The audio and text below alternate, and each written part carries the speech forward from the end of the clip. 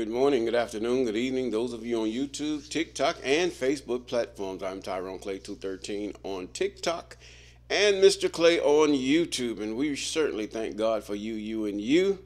Walk with me as we go through the book of Enoch. Let us pray. Oh, most holy Sanini Nanini, we thank you for all that you've done. We thank you for your mercy. We thank you for your favor. We thank how you're delivering, how you're causing things to happen, how you're causing even the people to take a different look at the things that are going on. Then why did we wind up in this situation that we're in now? What was the consequences of our disobedience? What was the consequences of our paganism? What was the consequences of our just doing those things which we know were not right? It's already in our hearts to know that we shouldn't lie. We shouldn't bear false witness on each other. We shouldn't commit adultery, taking another man's wife or another woman's husband. Oh, most holy Sanini Nanini, we have done these things before you. We have committed all kind of heinous acts, even making our children pass before the fire and sacrificing humans and things that should not be. Where did we go wrong? Can we recount the ways and see? Can we take the steps back to that old landmark which Abram saw and Abram understood that these things are wrong? We ask you to deal with our hearts that we might see and that we might understand and order our steps the way it should be in this last and evil day, that we might be counted worthy to continue in the land. For the heathen have gone to war between each other, and they have caused themselves to even delete each other at a record rate. But yet we still don't get it. We ask you to deal with us according to your mercy and your favor. Yes, we give God the glory for you, and you. We're in the book of Enoch, chapter 14. Now, we've looked at where even God had hidden Enoch and caused him to be hidden. And then he revealed him to the watchers and caused the watchers to be rebuked because of what they did among the children of men that they were forbidden to do, disobeying the commandment of the Most High. Even Sanini Nainini, Tata and Zambi, as some would call him. The book of Enoch, chapter 14. Good morning, good afternoon, good evening. And verse 1. The book of the words of righteousness. Righteousness. What is righteousness? Righteousness is doing that which your Creator told you to do. Righteousness is doing that which is common sense toward your brother. Righteousness is doing that which your God had told you to do that would please him. And of the rebuke of the eternal watchers. These were spirits that were put down here at the beginning of man to watch over man. That's why they're called watchers. Common sense. According with the command of the Holy Great One in that vision. In the word, the command, the rebuke, he was commanded of the Holy Great One in that vision. And he said, I saw in my sleep what I will now say with a tongue of flesh. In other words, he saw whatever was in his sleep created a vibration. His spirit now is being transferred into the tongue of flesh. In other words, his vocal cords is going to, by course of his brain, which saw what he saw in the vision, is going to relay that which he saw unto the watchers. Yeah, you talk about this vibration stuff. That's a bunch of hogwash. It's nothing but your voice. It's nothing but sound. It's nothing but visual vibrations, and it's nothing but, should I say, speech vibrations. You have a certain vibration you'll understand. Some understand many vibrations. In other words, languages. For vibrations are created by our vocal cords, and we form them by what we think in our minds. And this is where we get languages. Languages, yes, languages are vibrations. Yes, visions can be transferred to vibrations of language. And this is what he's talking about. Don't get deceived by these folks who try to make themselves more than what they are. It's just simple language. Please. Now, which the great one has given to men to converse therewith and understand with the heart. Now, he's just telling you what vibrations are right here. And as he created and given to the man the power of understanding, the word of wisdom, so hath created me also, and have given me power of reprimanding the watchers, the children of heaven. He's talking about angels, messengers, spirits, ministers, that flame of fire which was talked about in Hebrews. I wrote out your petition, and in my vision it appeared thus, that your petition will not be granted unto you throughout all the days of eternity, and that judgment has been finally passed upon you. Yea, your petition will not be granted unto you. And from henceforth you will not ascend into heaven unto all eternity, and in the bonds of earth the decree has gone forth to bind you for all the days of the world. God is angry with those watchers. There's watchers here today that we don't know about. They walk with us, they talk with us, but they're commanded by God. You can't command your angels. Who told you that big lie? Huh? You don't command angels. Angels take orders from the Most High. That's where their orders come from. If they was to do a thing, what did God say in the book when they was going through Egypt? He said, my angel which bears my name, he will not have mercy upon you, because what? He was commanded not to have mercy. Well, let's get it right here. He said, from henceforth you shall not ascend into heaven. You're not going back into the realm which the I am or Nosani Nanini or Tata Nzambi resides. You're not going to be there.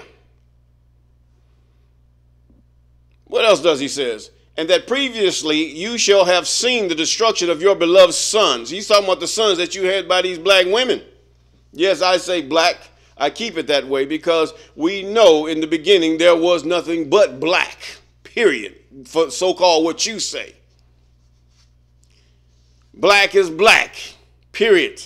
Brown people, or really in all actuality, is brown, dark brown, and then actually black. These are the people of God. These are the people that were on the earth way before any other peoples were even thought of or even was conceived to even become a people. Now, and that you have previously shall have seen the destruction of your beloved sons, and ye shall have no pleasure in them, but they shall fall before you by the sword. In other words, war. These giants, these evil people that you have inseminated these black women with, and now they shall die, is what God is saying. And your petition on their behalf shall not be granted, nor yet on your own, even though you weep and pray and speak all the words contained in the writing which I have written. And the vision was shown to me thus. Behold, in the vision clouds invited me, and in the midst summoned me, and the course of the stars and the lightnings, and sped and hastened me, and the winds of the vision caused me to fly and lift me upward before me into heaven. In other words, I was taken up. Come up hither. When God said, come up hither to his prophets, I don't know. Revelation got a lot of things to answer for. Now let's see. Verse 9, and I went until I drew nigh unto a wall which is built by the crystals and surrounded by the tongues of fire, and it began to affright me. Where did they get these tongues of fire from in the book of Acts? This is a big mix, isn't it? Tongues of fire. This is the first time I hear it mentioned in Scripture. This was in the beginning. These tongues of fire existed. They're not the languages that they talk about in the book of Acts. That's a bunch of hogwash. Whatever you're talking is something different. But anyway, it's tongues, but not no tongues of fire appeared. And it began to frighten me. And I went into the tongues of fire and drew nigh into a large house which was built of crystals. And the walls of the house were like tessellated floor made of crystals. In other words, it was spiky. And its groundworks were of crystal. And its ceiling was like the path of stars and the lightnings. And between them were fire cherubims. And their heaven was clear as water.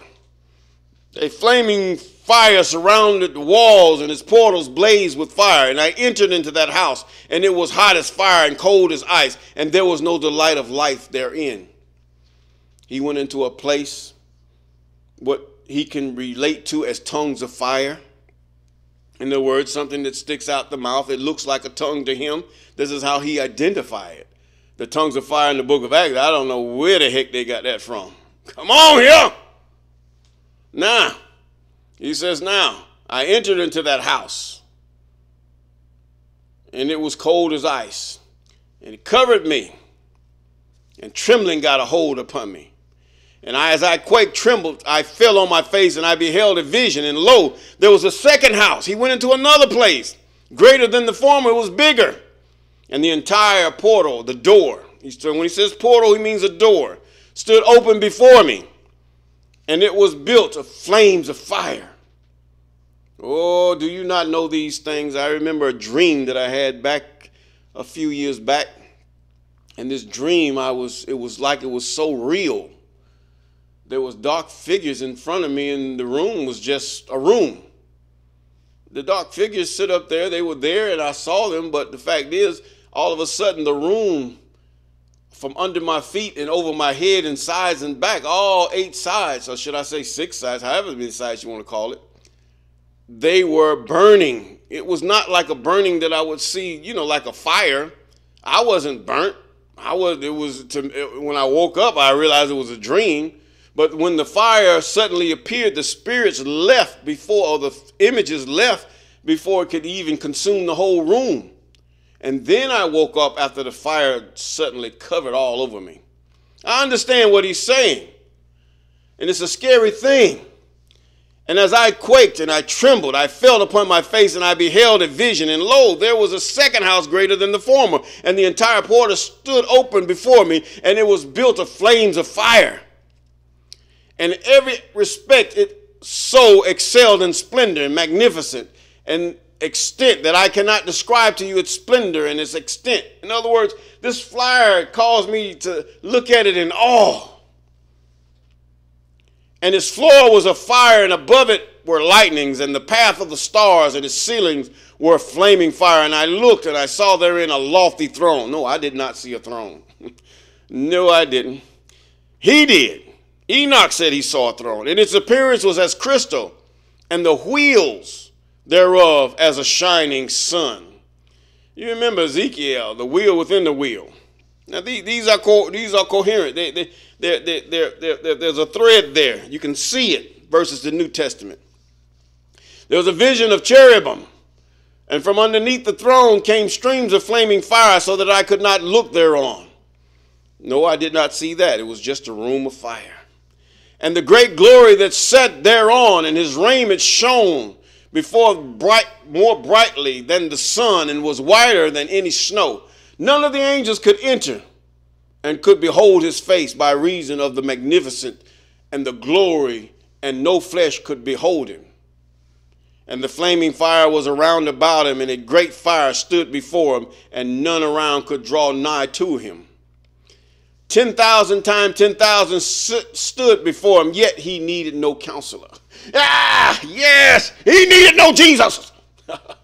He needed no Jesus. He needed no Yahweh Shai. He needed nothing. God is God all by himself. There is no God beside him. He kills, he makes alive. He wounds and he heals, and nobody can escape his hand of power. No. Needed no counselor. Nobody instructs God. You don't come up there instructing God. You better stay your place and be humble. And the most holy ones who were nigh to him did not leave by night nor depart from him.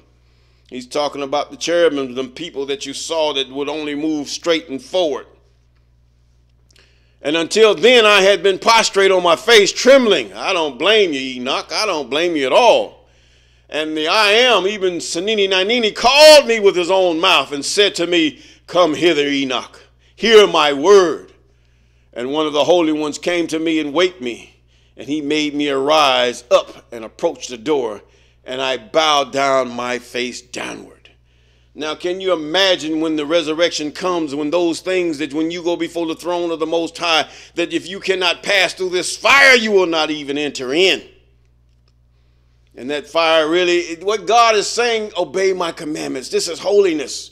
This is righteousness. This is cleanness. I'm not talking about just a little bit here and a little bit there, a little churchy, a humama, shana, all these things there. I'm talking about the things that you do daily, how you treat your neighbor, your brother, and the stranger. He said, Hear, O Israel, the Lord thy God is one God. That's all he is, one. Holy is he, full of wisdom. No man is above God. You want to be, but you can't be. You want to wear all your nice elaborate tapestries and all these things upon your body to make like you're holy. There was only one that could approach unto the holies of holies, and that was the sons of Aaron. That's it. You better get it right here. You are nothing. You're less than nothing, a drop in the bucket. And I have a word for those of you in Congo. You better start standing up even if it means your life. You better start standing even if it means your life. Don't worry about the death of your children and your women. God got them. But to reclaim for those that should come afterwards, you got to really stand. Because those devils are coming after you for their greed and their hunger after the things that you have. They have caused, even the people have caused them. We create the beast. You create the beast. They create the product. You are hooked on the product, and the product becomes, so much money that you give into this corporation, into this business. And then they have to sit up there and they want to continually sell that they might get rich. How do you think these things happen? Why do you think he saw the beast rising out of the water of the people in the book of Revelation? Because of the fact is, you created the beast. You want the phones. They have caused you to want all these things that really we don't need. But we're used to them, and they've become habitual. And this is their mainstay. And if it costs the life of just a plain old black woman and baby and man, they don't care. You better stand for what you know. Then God will come and deliver you. And with that, I'm going to say peace.